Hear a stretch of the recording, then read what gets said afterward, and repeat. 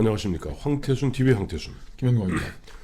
오늘 박정희 대통령 서거 40주년 특집 5부작 제3부 최규하 대통령의 침묵입니다. 최규하 대통령 아시다시피 저 강원도 원주분입니다. 네, 강원도 출신인데 원래 강원도를 암하고볼 그야말로 큰 바위 밑에 있는 오래된 그 저 부처님 산 같다, 과묵하다 하는데 결국 최규하 대통령은 격동의 한국사에 어떻게 보면 대통령 권한 대행으로 대통령으로 그야말로 그 참 격동의 세월의 한 중심에 서 있었습니다마는 끝내 모든 것을 갖다가 가슴에 안고 저 세상으로 가셨죠. 그렇죠. 그 노태우 정부 때 했던 그 50 청문회에도 참석을 거부했고, 그렇죠. 1995년 YS 대통령 시절에 있었던 12.12 5.18 예, 사건 당시에는 법정에 강제 구인을 당했어요. 전직 대통령인데도 불구하고 나와라.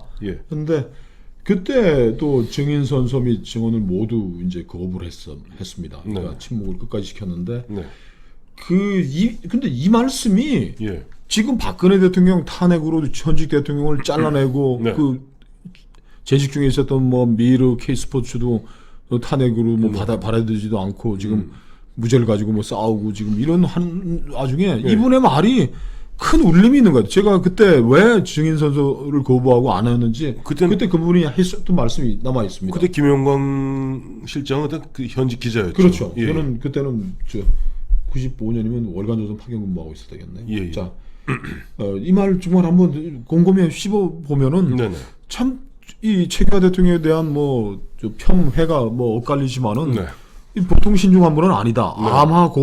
암하고불 참 멋진 말인데 그분한테도 우리가 좀 야박하게 좀 무능한 뭐 이렇게 뭐 몰아붙이고 그런 세론이 있었는데 그것만은 아니다. 그런 느낌입니다. 이렇게 말씀하셨어요.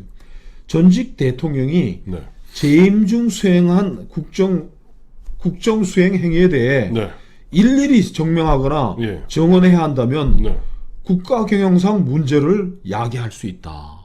이게 그분의 이제 변이었고, 그리고 이제 그 이후에도 95년, 2006년에 돌아가셨으니까 그 후에도 여러 언론에서 도대체 그 김재규가 불렀던 임시 국무회의에서 12.12 그 저녁에 그 대통령 집무실에서 전두환과 장군과 벌어졌던 일, 전두환의 협박은 무엇이었느냐 하고 할 때 그분이 한 말씀이 있습니다. 그 공자님 논어에 나오는 말씀인데 그런 진술을 거부했고 끝내 한 얘기가 부재 기위, 불모 기정 그 자리에 있지 않는 그 물러나서 하면은 이야기하지 않는 것이다. 다른 사람이 이래, 다른 대통령이 이래, 내가 관여하지 않는다라는 걸로 이제 그 침묵을 끝까지 2006년 돌아가실 때까지 지켰던 거죠. 그렇죠. 근데 많은 아까 이제 좀 폄훼라는 표현을 쓰셨는데 사실은 많은 사람들이 또 최규하 대통령에 대해서 오해하는 측면도 많아요. 왜냐하니까 최규하 대통령은 외무부 장관이라고 그랬어요 그때.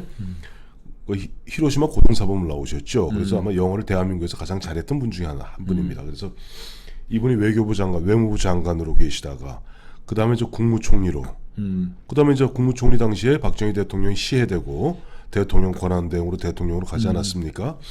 어떻게 보면 박정희 대통령이 가장 성격이 무난하고 원만한 최규하 대통령, 최규하 장관에 대해서 그런 사랑을 퍼부었음에도 불구하고 12.6 당시 바로 10월 26일 날 저녁 한 7, 8시부터 시작해갖고 그 다음날 새벽까지 김재규가 그 기승을 부리고 할 때 왜 단박에 제압하지 못했던가 하는 아쉬움을 토로하는 분들이 있어요. 그 부분이죠.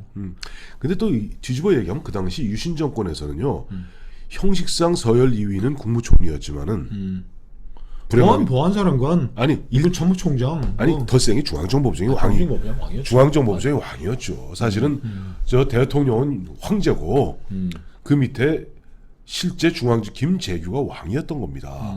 그거 휘두르고 다니고 그 앞서 2부에서도 말씀드렸습니다만은 심지어 6번 제2 방카 안에 임시 국무회의장을 갖다가 아니 군 헌병이 아니라 중앙정보 요원들이 권총 차고 저 총 들고 왔다 갔다 할 정도의 그런 분위기였어요. 그런 분위기였기 때문에 사실 최규하 대통령 당시 최규하 총리에게만 너무 책임을 묻는 것은 야박한 측면은 있죠. 그래도 이 박정희의 아이들, 박정희 키즈란 말이에요, 그죠? 네네. 신현학 부총리, 김치열 법무장관이 네. 그 공포 분위기 속에서도 네. 유고가 상태가 뭐냐? 왜 이 임시국무회를 육군본부 벙커에서 해야 되느냐라고 문제 제기하고 김재규를 다그쳤잖아요. 김재규 거기 답을 못했다는 거 아니에요? 그렇죠. 그 부분에 있어서는 그 일방적으로 우리 총 사람 죽이고 와서 살인하고서 기세등등한 사람을 네. 보통 사람이 그 대적하기가 어렵다는 걸 좀 인정을 해야 되는데 그래도 그 최규하 총리가 네네. 좀 역할을 해줬으면은 하는 기대가 있고 두 번째로는 네. 12.12 때 합수부장인 네. 전두환 소장이 가가지고 네. 이거 육군참모총장 이러이러한 수사의 이유로 인해서 네. 체포해서 조사를 해야 되겠습니다 했을 때 되든 안 되든 정해줬으면은 예스가 녹화 분명했어요. 예스가 했으면은 이런 군부 내부의 충돌까지는 안 갔을 텐데 네. 계속 노재현 불러와라. 그 양반은 어디 갔었어요 그때? 그때 저기 기억이 잘 안 난다. 노재현 국방부장.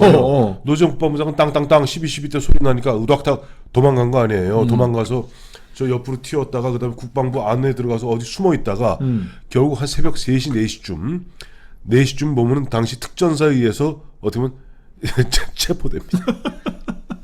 체포돼서 대통령한테 끌려온 거예요? 그래서 보안사로 먼저 끌려왔죠.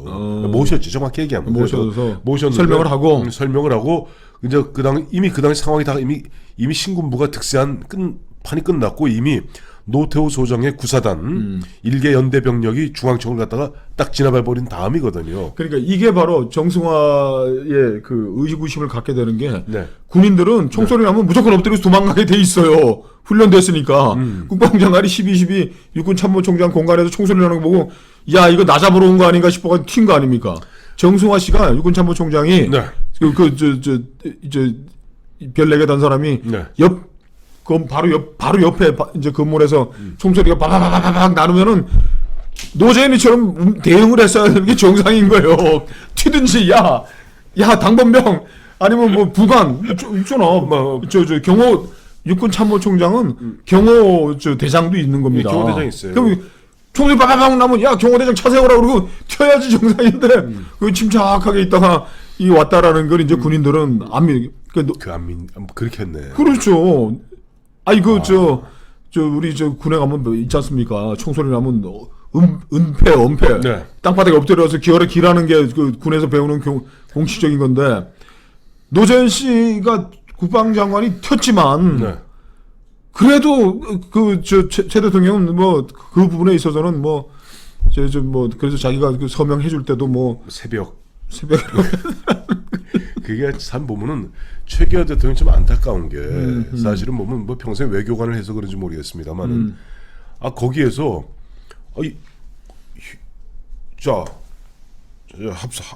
합수본부장이에요. 일반 민간의 검찰총장입니다. 검찰총장이 딱 들어와서 이렇게 얘기한 겁니다.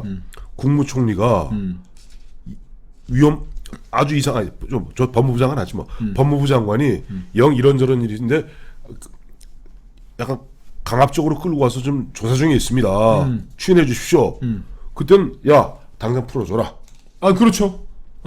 자기 판단이 섰다면 그렇게 해야 되는 거죠. 풀어줘라. 아니면은 그래? 그럼 한번 전 장관 얘기 한번 들어보자. 그러면 좋다. 그러면 조사는 하되 그 육군 참모총장에 대한 예우는 절대 어긋나서는 안 된다. 뭔가를 정확한 가이드라인을 정해줘야 되는 겁니다. 그래서 그게 훈련이 안 된 거지. 그게 훈련이 안 됐어. 그러다 보니까 사실은 전두환 소장 및 전두환 소장을 갖다 옆에서 이제 에스코트하고 간 중장들이 있잖아요. 쓰리스타들이 그때부터 사실 최규하 대통령이 우습게 보이기 시작한 거야. 아까도 말씀하셨습니다만 만약에 그 10월 26일 바로 그 서슬펄에서 김재규가 거의 눈에 핏발 세우고 왔다 갔다 하고 심지어는 그 당시 이제 공보를 담당했던 문공부라고 있습니다. 김성진 장관이죠. 네, 그 기자 출신. 대통령 유고 이렇게 기억이 나네. 그 김성진 장관 사진 보세요. 여기 터져 있습니다. 그 누구한테 터진 거예요? 김재규한테 맞은 거예요. 그 당시 저 아는 분한테 얘기 들으니까 김성진 장관이 한마디 하니까 그냥 흔한 얘기로 완반치 날려갖고 이렇게 터졌다는 거 아니에요? 김재규가 이제 이성을 상실했죠. 상실하고. 그런 상태에서 그나마도 저 TK에 나중에 대부라고 일컬어졌던 돌아가신 신현학 부총리와 중앙정보부 검찰총장과 중앙정보부 차장, 그 다음에 내무부 장관을 거쳐서 법무부 장관 하던 분이 김치열 씨예요. 그래서 이제 그 당시에 네. 12.12 뭐 그 이후로 이제 나온 소문은 저는 그 다음 봄에 이제 네. 대화를 들었는데 그 전두환 장군이 네. 권총을 차고 들어와가지고 네.